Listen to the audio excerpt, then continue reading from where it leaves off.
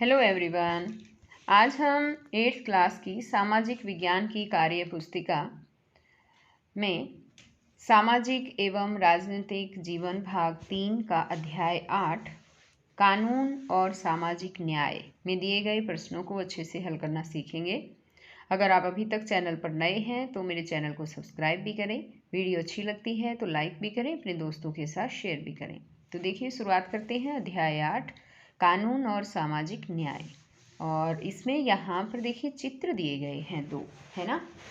पहला जो चित्र है ये वाला, इसमें क्या नज़र आ रहा है आपको पता है? ये एक फैक्ट्री नज़र आ रही है। यहाँ देखो धुआं भी निकल रहा है इसमें से, और इस फैक्ट्री में मजदूर जो है वो काम के लिए अंदर जा रहे हैं। और ये जो दूसरा चित्र दिखाया गया है, यहाँ देखिए, ये किसी भवन निर्माण का चित्र नज़र आ रहा है। यहाँ पर मजदूर जो है वो काम में लगे हुए हैं। अब इसी तरह से यहाँ पर है कि इन चित्रों में क्या हो रहा है लिखो।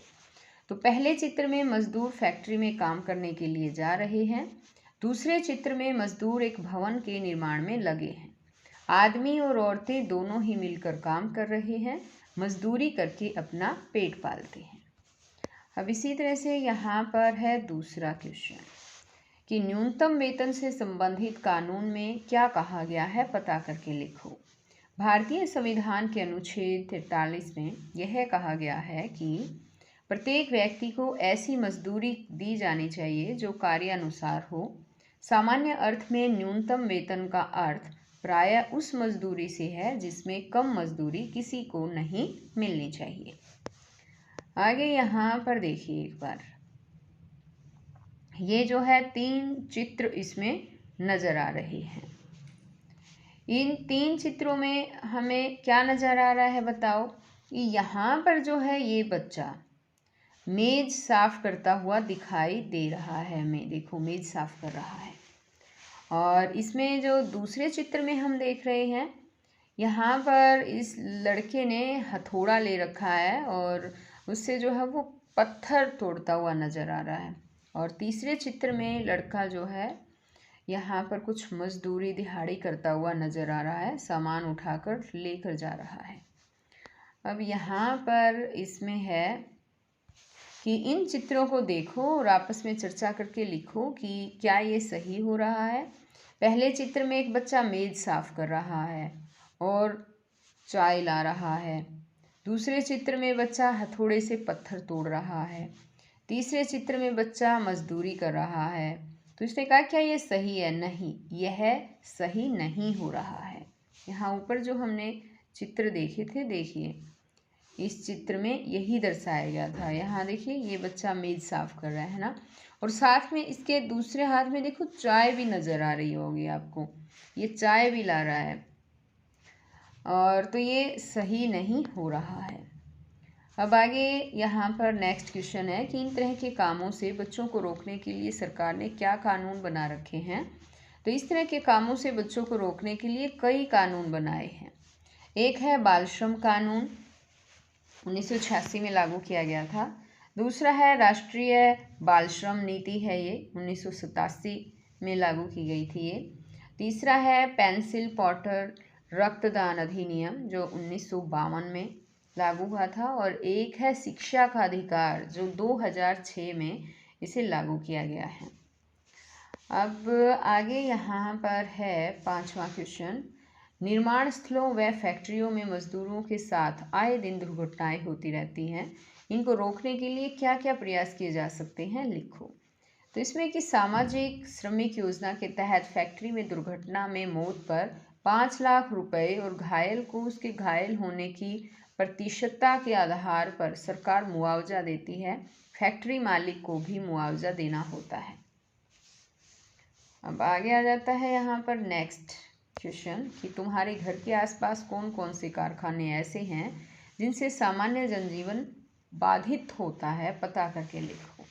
हमारे आसपास ऐसे कारखाने हैं जो गंदा पानी बहाते हैं, जिसमें हानिकारक रसायन मिले होते हैं।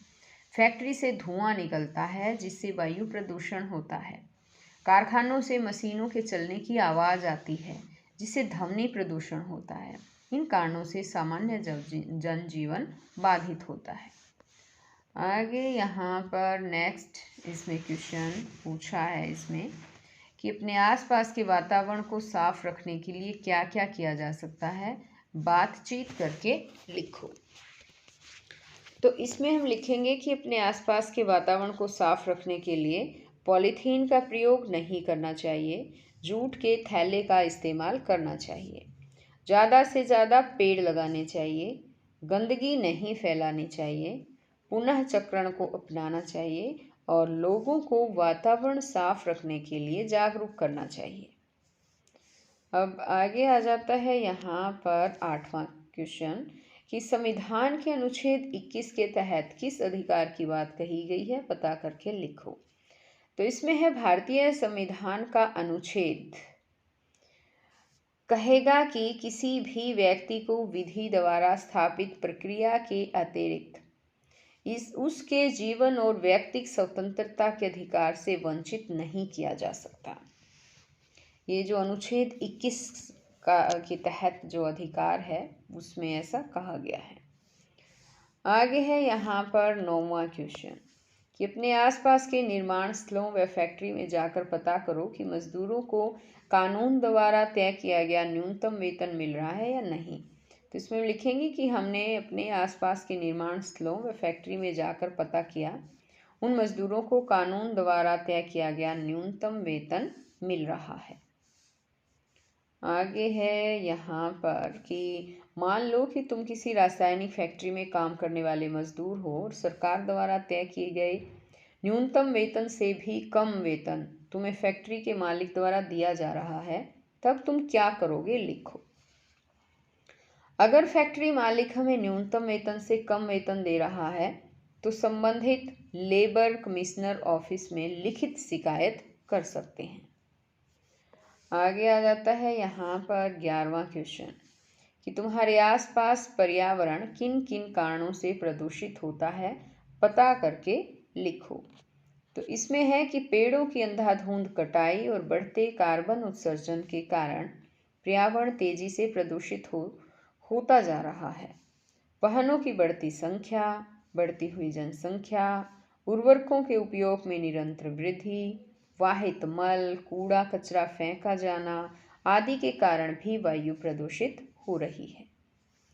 अब आगे आ जाता है यहाँ पर 12वां क्वेश्चन कि तुम्हारी पाठ्यपुस्तक के पृष्ठ संख्या 127 पर एक विवरण दिया गया है जिसमें ट्रैवल एजेंसी को नोटिस दिया गया है कि सैलानियों को मुआवजा दिया जाए। कंपनी की लापरवाही से वे डिज्नीलैंड देखने से वंचित रह गए, लेकिन भोपाल गैस पीड़ितों को मुआवजे के लिए संघर्ष करना पड़ रहा है। इस बारे में तुम क्या कहना चाहते हो। तो इसमें है कि भोपाल गैस पीड़ितों को मुआवजे के लिए संघर्ष करना पड़ रहा है। यह दुर्भाग्य की बात है कि गलती किसी ने की और सजा किसी और को मिली, सजा भी ऐसी जिसका दंश पूरे जीवन पर्यंत तक झेलना है। यदि समय रहते मुआवजा मिल जाता तो वे अपना सही इलाज करवा सकते थे, इतने ज़्यादा लोगों की मृत्यु नहीं होती। आगे यहाँ पर है नेक्स्ट क्वेश्चन कि तुम्हारे आसपास दिहाड़ी मजदूर किस किस तरह के काम करते हैं, पता करो व लिखो। हमारे आसपास दिहाड़ी मजदूर मिस्त्री यानी कि चिनाई का काम, बढ़ई, पेंटर, बिजली का काम करने वाले, प्लम्बर का काम करने वाले, मोटर मैकेनिक आदि हैं। आगे है यहाँ पर नेक्स्ट कि स्वच्छ वातावरण सभी लोगों के लिए एक जन सुविधा की तरह होता है, कैसे, आपस में चर्चा करके लिखो। तो इसमें है कि स्वच्छ वातावरण से सभी लोगों का स्वास्थ्य अच्छा रहता है, वे बीमार नहीं पड़ते, जिससे वे अपना काम मन लगाकर करते हैं, कोई भी चिंता नहीं रहती। स्वच्छ वातावरण के लिए हमें ज़्यादा से ज़्यादा पेड़ लगाने चाहिए। पेड़ों से वातावरण स्वस्थ रहता है, वातावरण स्वस्थ तो हम स्वस्थ। तो ये पाठ बच्चों यहीं पर ख़त्म होता है। नेक्स्ट पार्ट में मैं फिर आपके लिए जो है नेक्स्ट वीडियो में आपके लिए नया पाठ लेकर आऊँगी। अगर आप अभी तक चैनल का हिस्सा नहीं बने तो चैनल को सब्सक्राइब भी करें। अच्छी वीडियो लगती है तो लाइक ज़रूर करें, दोस्तों के साथ शेयर भी करें। तो हम फिर मिलेंगे नई वीडियो में, तब तक के लिए बाय।